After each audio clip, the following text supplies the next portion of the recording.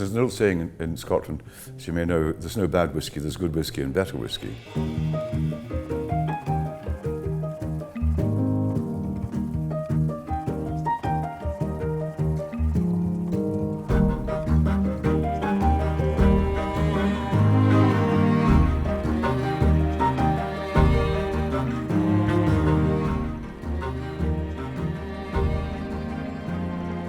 G&M bottling it's like a guarantee of quality, you know, and especially at the top end, because consumers and collectors know that the stock, the casks have been properly chosen, the liquid has been properly looked after, so the resulting product is going to be good.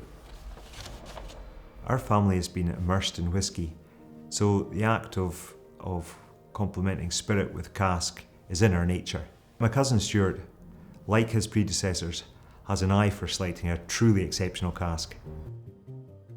The most exciting part of working with our whisky stocks is that search for the best cask possible, looking for things that are unique, that can't be repeated or replaced. When Stuart was making his first selection, there is no doubt there is a weight of expectation in that choice.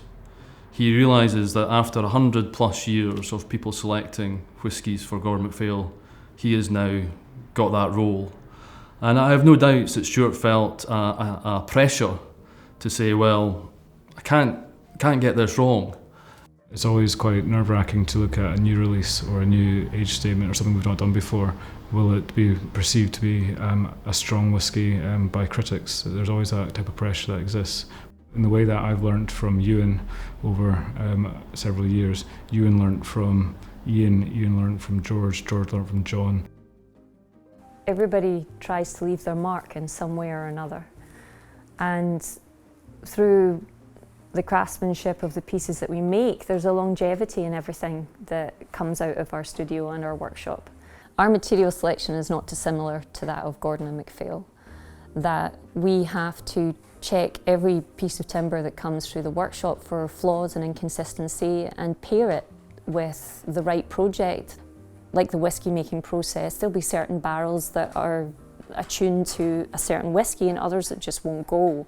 The same with how we match our leather with our timber, with our metals as well. This family trade that's been inherited over the years.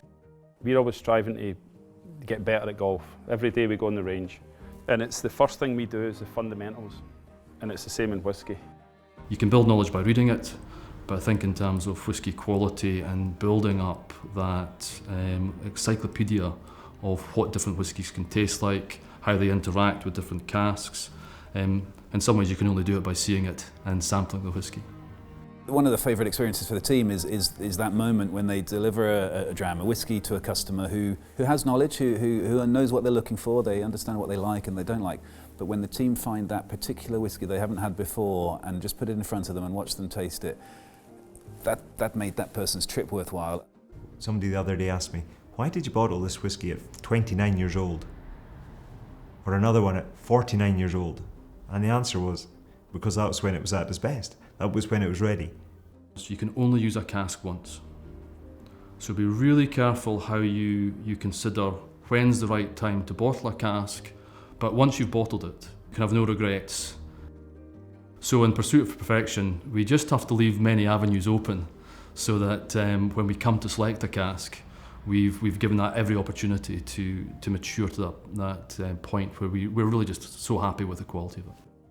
Gordon MacPhail has profound knowledge of the whisky trade and where flavour comes from, handing on an understanding from generation to generation, so that a lot of the whiskies that are being filled today will not be drunk by the present members of the family.